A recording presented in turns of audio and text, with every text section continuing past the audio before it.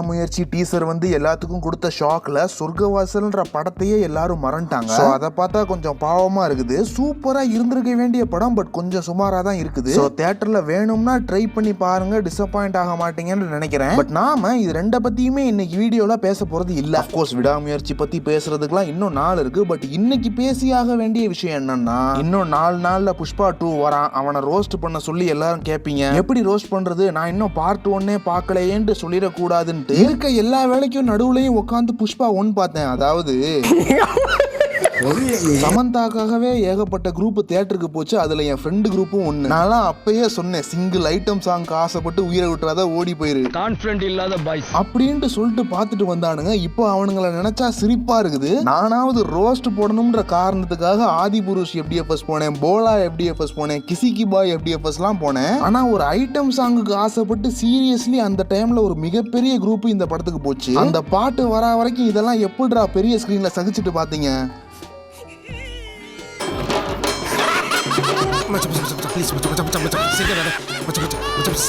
எப்படியும் புஷ்பா 2 வந்து பெரிய கலெக்ஷன் தான் பண்ண போகுதுன்றானுங்க. அன்னைக்கு காலையில இருந்து சண்டைக்கு வாங்கடா சாம்பார் பாய்ஸ் கோல்டீஸ் எல்லாம் வம்புலுக்க தான் போறானுங்க. புஷ்பா பச்சை தேலுங்க.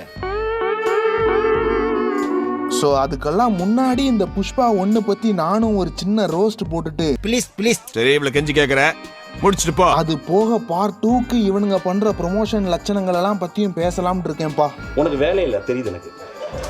அந்த மயிர் ஒரு படத்தை விட ஒரு மயிரே கிடையாது அந்த படத்துல. எனக்கு இந்த அண்டர்டாக் ஸ்டோரிஸ்லயே ஒரு கேரக்டர் மட்டும் ரெவல்யூஷனரியா யோசிக்கணும்ன்றதுக்கு இப்போ வெந்து திணிந்தது கார்டுலாம் பாத்தீங்கன்னா ஃபர்ஸ்டா ஃபுல்லா ஸ்பெண்ட் பண்ணிருந்தாங்க அந்த முத்து கேரக்டரை எலவேட் பண்றதுக்கு. ஆர் KGF பார்த்தா கூட படம் ஸ்டார்டிங்லயே அவன் ஒரு அளவுக்கு பெரிய கோளாறான கேங்ஸ்டர் தான்பான்ற மாதிரி படம் ஸ்டார்ட் ஆகும். அதுக்கு மேல போறதுக்கு அவன் என்ன பண்ணான்னு படம் மூவ் ஆகும். என்னன்னா இந்த மாதிரி படங்கள்ல அட்லீஸ்ட் சின்ன லெவல்லயாச்சும் அந்த டிரான்சிஷன்ன்றது இருக்கணும். ஆனா புஷ்பால பாத்தீங்கன்னா திடீர்னு ஒரு இடத்துல வேலை பார்த்துட்டு இருப்பான், அப்புறமா டப்புன்னு முதலாளி கிட்ட எதிர்த்து பேசிட்டு வேலையை விட்டு போயிருவான். சரி இன்னைக்கு திமிரா பேசுறான். புஷ்பா நேத்து என்ன பண்ணிட்டு இருந்தான், முந்தா நேத்து என்ன பண்ணிட்டு இருப்பான், போன வாரம் என்ன பண்ணிட்டு இருந்திருப்பான்னா மூடிட்டு வேலை பார்த்துட்டு இருந்திருப்பான். அன்னைக்கு மட்டும்தான் திமிரா பேசுவான். ஏன்னா அன்னைக்கு தானே படம் ஸ்டார்ட் ஆகுது. லைக் நான் முன்னாடி சொன்ன படங்கள் மாதிரிலாம் அந்த கேரக்டர் சின்ன வயசுல எப்படி இருந்திருக்கும், அப்புறம் வளர்றப்போ எப்படி இருந்திருக்கும், அப்புறம் பெரிய ஆளானா எப்படி இருக்குதுன்ட்டு நம்ம மைண்ட்லயே ஒரு கிராஃப் தெரியும். ஆனா இதுல சின்ன பையனா இருப்பான், அப்புறம் எரும மாடாயிருவான், அவ்வளவுதான் காட்டுவானுங்க. இவன் ஏன் இவ்வளவு திமிரா இருக்கணும், ஆறு இவன் ஏன் ஒரு அண்டர்டாக் ஸ்டோரிக்கு ப்ரொட்டாகனிஸ்டா இருக்கணும்ன்ற பேசிக் விஷயமே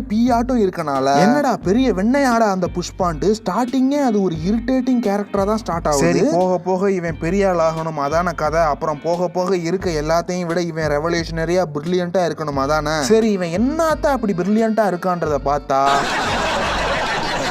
இப்போ தமிழ்ல அயன் துப்பாக்கி மாதிரி படங்கள் எல்லாம் ஹீரோவை பிரில்லியண்டா காட்ட எனக்கு தெரிஞ்ச ரைட்டர்ஸ் மிகப்பெரிய அளவுல மெனக்கெட்டது இந்த படங்களுக்குலாம் தான் நினைக்கிறேன். மணி ஹெய்ஸ்லாம் கூட நார்மல் மனுஷங்களை விட ப்ரொஃபசர் எப்படி பிரில்லியண்டான ஒரு ஆளா இருக்கான்ட்டு பயங்கர கஷ்டப்பட்டு நிறைய பண்ணிருப்பானுங்க. ஆனா தெலுங்கு சினிமால ஃபார்முலாவே வேற. லைக் ஹீரோவை பிரில்லியண்டா காட்டணும்னா சுத்தி இருக்க எல்லாத்தையும் முட்டா குமுட்டையாக காட்டினாலே போதும், அவ்வளவுதான்.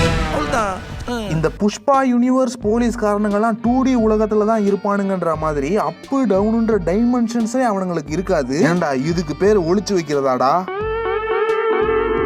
இதெல்லாம் எடுக்கிறப்போ எத்தனை அசிஸ்டன்ட் டைரக்டர்ஸ் அண்ட் ஜூனியர் ஆர்டிஸ்டுக்கு சிரிப்பு வந்துச்சுன்னு எனக்கு தெரியணும்டா. பால் வண்டியில செம்மரத்தை கடத்துறதெல்லாம் ஒரு பெரிய பிரில்லியண்டான விஷயம்னு நினைச்சிட்டு காட்டிட்டு இருந்திருப்பானுங்க. இதெல்லாம் ரொம்ப ரெஸ்பான்ஸா இருக்கும்னு எதிர்பார்த்து பண்ண ஒரு விஷயம்.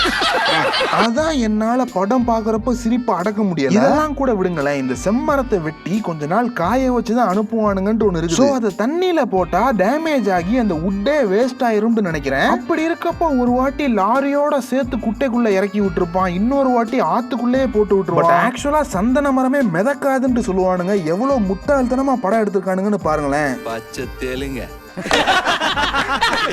சரி இந்த மாதிரி எல்லாம் பிரில்லியண்டா யோசிச்சு பெரிய ஆளா ஆகுறான்னு உடனே இந்த தெலுங்கு சினிமால மட்டும்தான் மேல் லீட போட்டு சுத்தி இருக்கவனுங்க எல்லாம் கொஞ்சுவானுங்க. அதெல்லாம் பார்த்தாலே டென்ஷன் ஆயிருவேங்க.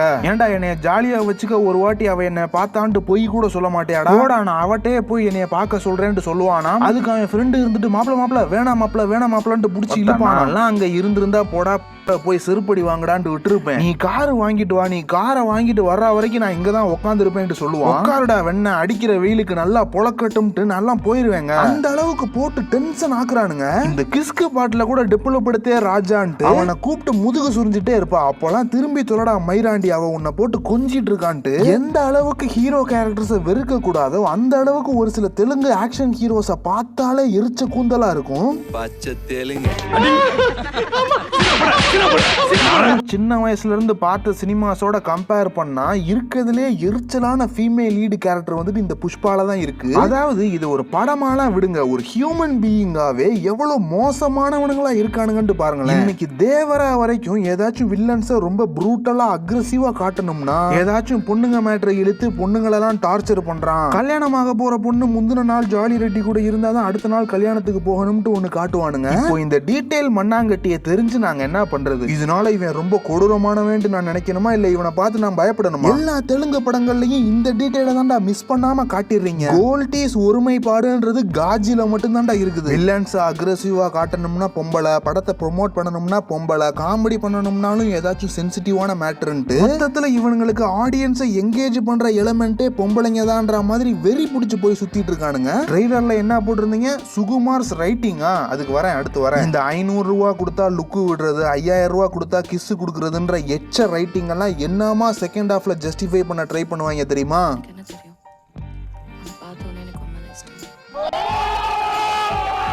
எனக்கு காசுக்காண்டிலாம் இல்ல, உண்மையிலே எனக்கு உன்னை பிடிச்சிருந்துச்சு, இப்ப வந்து என் அப்பனையும் என்னையும் காப்பாத்துடான்ற மாதிரி லிட்டரலி இந்த டெம்ப்ளேட்டுகளுக்கு வாழும் உதாரணமாக இருக்கிற காட்சிகள் இதெல்லாம். உங்களுக்கு யாராச்சும் ஃபெமினிஸ்ட் ஃப்ரெண்டுங்க இருந்தாங்கன்னா இந்த மாதிரி ஒரு சில கோல்டி டைரக்டர்ஸோட காவியங்களை பார்க்க சொல்லி டேர் கொடுங்க, செத்துருவாங்க.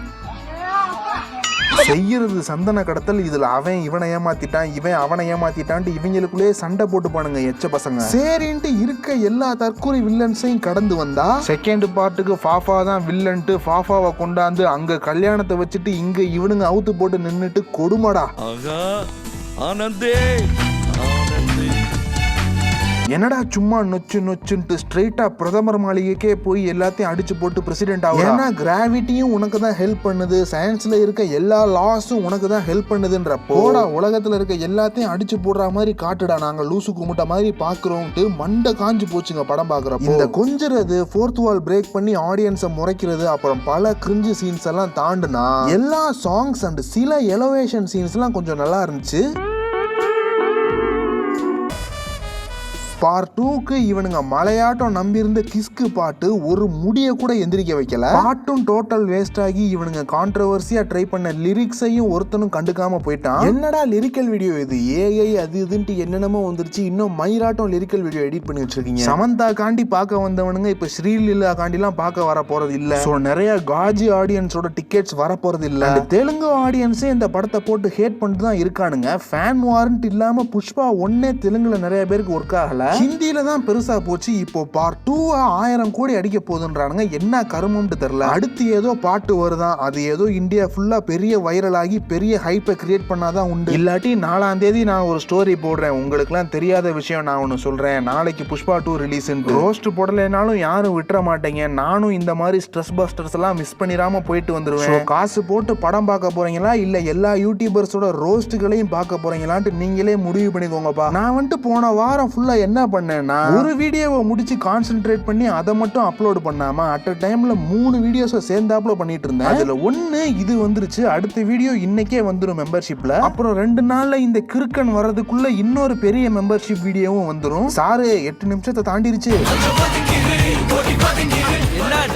என்ன ஆந்திரா மண்டப்பேட்டா மல்கப்பேட்டா நாயுடுபேட்டா பேட்டா ரா பேட்டா